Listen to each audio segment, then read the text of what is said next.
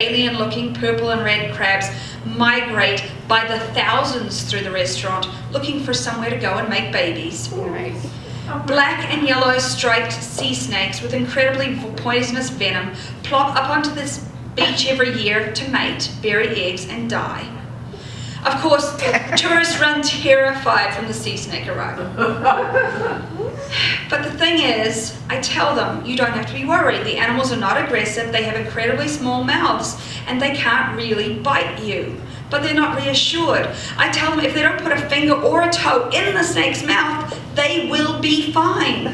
And they ignore me and beat the snakes with sticks while they're trying to have babies. And of course, the animals we see the most are dogs, with various degrees of ownership and care, and cats, who Costa Ricans generally think of as rodents who happen to kill other rodents. Now, Costa Ricans love dogs, but they don't have cats as pets. And after what my cats did, I think perhaps there's a good reason. I ended up with 5 cats. I started with 2, and a feral mother cat brought in her 3 baby kittens and laid them in my daughter's sock drawer. No one else would take them, so we ended up with 3 cats, more than I had ever wanted. Now, our baby kitties were great hunters from birth. They would bring in birds, bats, rodents in various stages of life and death. Because of our cats, we learned that vampire bats are cute and fruit bats are ugly. Because of our cats, we learned that cats are more vicious than snakes. I was washing dishes when I heard the cats playing behind me, and I turned around. Lucy, the runt of the litter, who'd never grown bigger than a 6-month-old kitty, had brought in a new toy, and the other cats were coming to join her. 3 feet behind me, she had just dropped a full-grown, fully alive, and mobile coral snake. Wow. And I did what I thought was rational. I ran out of the kitchen. I took my kids to the bedroom and I closed the door. And then I Googled coral snakes just to make sure. Yep, definitely, coral snake. Red on yellow, kill a fella. And I went back to look. Yep, definitely, coral snake. And the cats were still playing with it. And I went out onto my porch, past the dog's water bowl where another poisonous marine toad was sleeping in their drinking water, and out to the outdoor laundry area where periodically all of my laundry powder would get eaten by cows that came into the yard, and then they would shit diarrhea all over my porch. And there it was, an empty 5-gallon paint bucket, and I grabbed the paint bucket and I ran in and I dropped it on the snake. And the cats were pissed. Their toy was gone. They instantly tried to tip the bucket over to get back at their game. So I picked up the gas tank for the stove and I put that on top of the bucket. And the snake was safe, contained. And I went to call the vet on the home front. My cats have been bitten by a coral snake and I need to bring them to you. No, you don't, said the vet. What do you mean I don't? Well, there's nothing I can do for them. They'll just die. We don't have any venom. Well, I didn't know what to do. I went back into the kitchen and the cats were positioned sitting around the bucket waiting for me to open it up again. And I wrote out a big sign for my housekeeper in the morning so she wouldn't just accidentally move everything not knowing what was going on. And I went to bed with the girls. And I closed my cats out of my bedroom. The thing is, I always sleep with my cats. But if there was nothing I could do to save them, the last thing I wanted to do was wake up the next morning with their cold, stiff bodies against me. And I held my girls close and we all snuggled into bed and went to sleep. And the next morning I woke up and I went to look for the corpses of my cats. But they were all fine. Even little Lucy, who brought the snake in. Not one of them had been bitten and they were all fine. And I called the handyman to come out and kill the snake, and I told him it was a coral snake, and he obviously thought I was one of those sissy Americans. And he took the tank off, and he lifted the bucket and dropped it back down again. That's dangerous. Yeah, duh. If it hadn't been, I would have let my cats kill it. Or swept it out of the house the way I sweep out bats and iguanas and toads. And he pulled out his machete, lifted the bucket again, and killed the snake. See, the thing is, I am totally willing to leave animals in peace to live their lives until they threaten mine. Now, my policy of live and let live meant that baby snakes kept dropping through my ceiling. Wow. They looked like little black worms, but they moved from side to side, and they dropped through the wooden slats into my bathroom and my bedroom and slithered around looking for the world. And every day my housekeeper or I would sweep them out into the yard. And it wasn't until I had repairmen up fixing the ceiling that I found out that the most dangerous snake in Costa Rica, a fer de lance, had been living between my ceiling and the roofing metal for most of the time I'd been in the house. But of course, when it comes right down to it, if the fer de lance had ever tried to come into the house, I'm pretty sure my little kitty Lucy could have taken it. The hardest thing about doing business in Costa Rica is that you don't know what the rules are. And neither does anyone else. Not the Costa Rican people, who are intrinsically scared of their own legal and judicial system. Not your lawyer, whose children and grandchildren you will see through college. Not the people in the government who are supposed to enforce the law, and possibly not the government officials who made up the laws in the first place. All everyone knows for sure is that the government is corrupt. But knowing who and how to bribe is a tricky matter. Everyone knows the largest hotel in Tamarindo buys 8 new cars per year for the 8 top people at the municipality, but $60,000 per car, that's not something I could consider. So for 9 years, I tried to do something unusual. I tried not to bribe anybody. It was hard, but I tried. Now, the first time I bribed a cop, I was on my way to San Jose, the capital, and I was in a hurry. And my manager was in the passenger seat, and I probably wouldn't have stopped at all if she hadn't screamed at me. You see, I was on a straightaway, and all of a sudden this guy threw himself out into the road with his arms swinging. Wow. And I thought it was just some crazy drunk guy, and I just kind of tried to avoid hitting him. I didn't realize that throwing yourself in front of a moving car was the Costa Rican police equivalent of turning on your lights and siren. The man knew I was doing 60 miles per hour, 20 miles over the speed limit, and because from his speed camera, and he'd still thrown himself into the road in front of me and expected me to stop, which he's lucky I did. And I wouldn't have bribed him. Hell, I was still in shock from almost hitting him, but my manager handed out a 20 and we drove off, and he told us that 22 miles ahead there was another speed trap to watch for that one. Now, a year ago or so, I decided the time had come.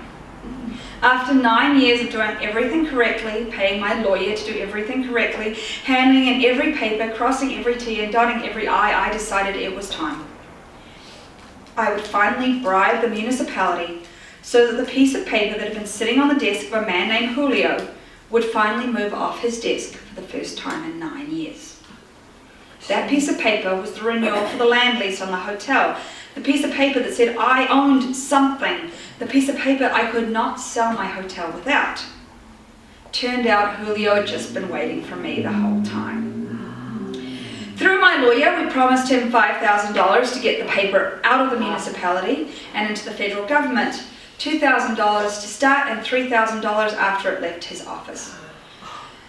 When I first moved to Costa Rica, my German manager had said to me that all governments are intrinsically corrupt, and in Costa Rica it was better. You knew who you were paying, why you were paying them, and it was much cleaner and less hypocritical. I had tried to ignore her advice, and I'd been stuck with an expired land lease for 9 years and a worthless business I could not sell. I paid the $2,000, and the paperwork moved for the first time ever.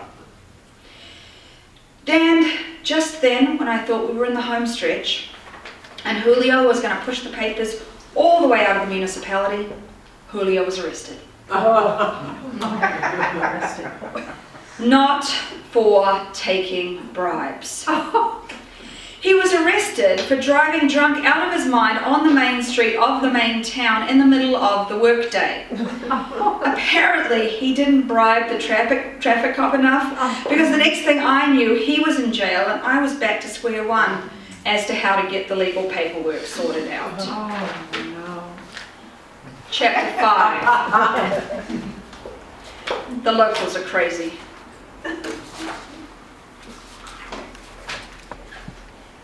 There isn't much to do in rural Costa Rica. You can drink and you can dance. And in the summer you can go to the bull festivals and drink and dance. The bull festivals travel from one town to another. Bull rings and stadium seating are made out of wood that looks like it's been picked up as driftwood or thrown away by a building site. A few amusement park rides are brought in. Some children ride on headless, broken animal roller coasters, and Ferris wheels run with old Ford truck motors that come and set up, and the show is on. The whole town turns up and spends everything they have made in a month to enjoy themselves. And the highlight of any bull festival, of course, is the bulls. Someone will volunteer to ride the bull into the ring. And drunken boys aged 14 to 60 run around in the ring just in front of the bull's horns trying not to die. In Costa Rica, bullfighting, bulls always live to fight another day. Men sometimes die. We saw at least 4 men gored during different bullfights. And when the ambulance doesn't bother leaving with the victim, you know there was no point in leaving. Local women and girls do not enter the ring, although occasionally you will see a tourist and the men try to keep her out of the way. The first time I went to a bullfight, I sat on the wall of the makeshift ring with my daughters, dangling my feet down and kicked the bull horns with my shoes like every other woman. And I said to the woman next to me, "The men show their bravery by going in the ring. How do you women do it?" And she said, "By letting our sons and our husbands go in the ring." Sundays in Costa Rica are reserved for religious observance, in that the whole town will gather at a football field and watch their local team play and catch up on the gossip. Soccer and gossip are the 2 greatest religions in Costa Rica. Across the street from our hotel is a bar.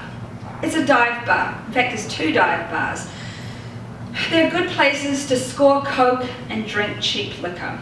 One is called Chi-Chi's and the other is the Indira, and they're only 30 feet away, and their music often disturbs my clients. One Friday evening about 9 p.m. I heard screaming, and we came out to see what was going on. One of the cleaning women who worked for me, Maribel, had obviously gone to Chi-Chi's after work, and she was now drunk. Maribel is a solid woman.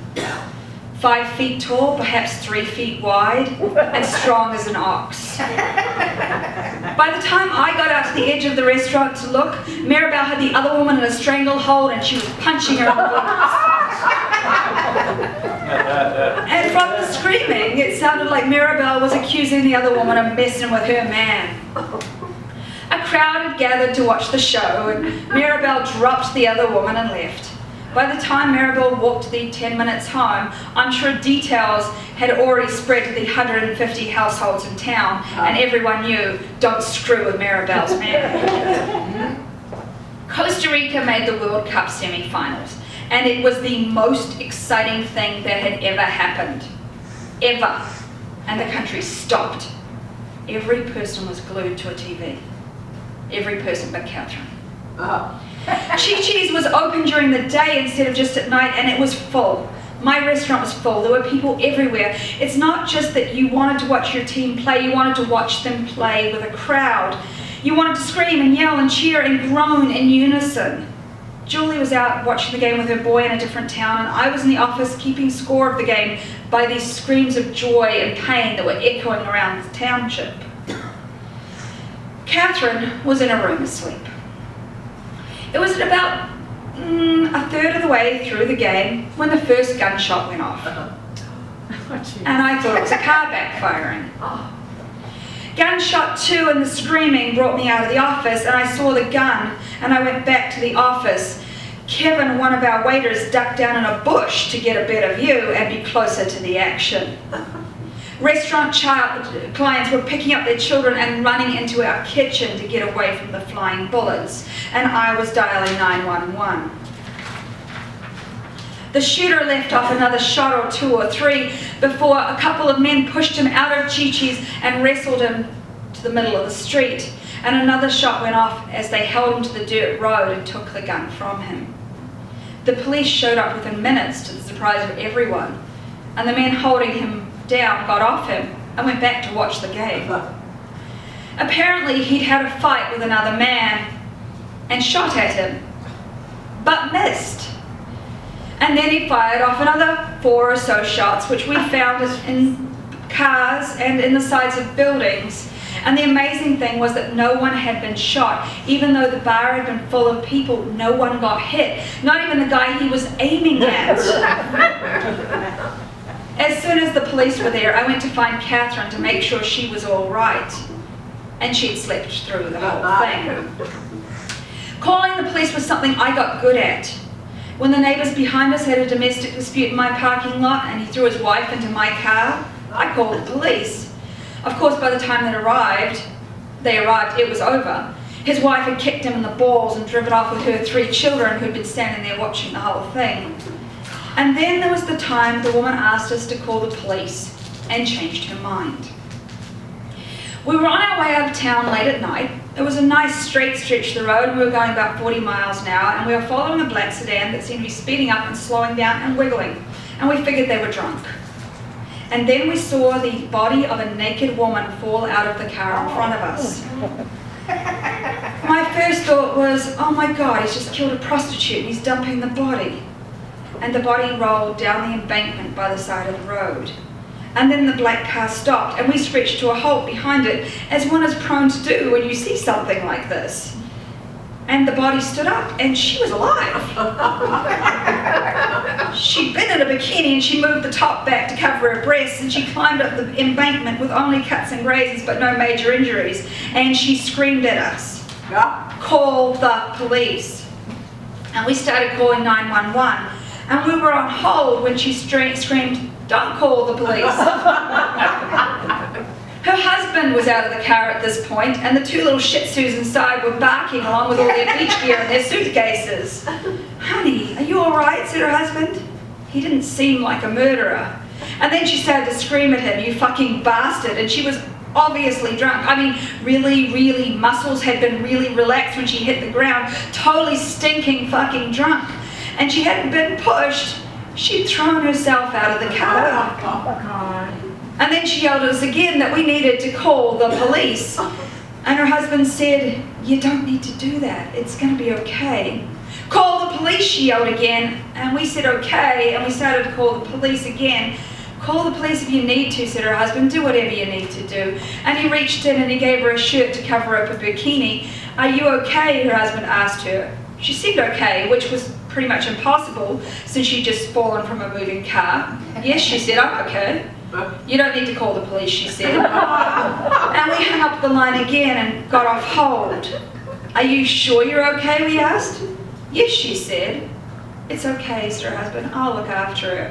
And we believed him, and we all got back in our cars and kept driving into the night. Now, the greatest show that ever happened while we owned the hotel was the day the SWAT team arrived.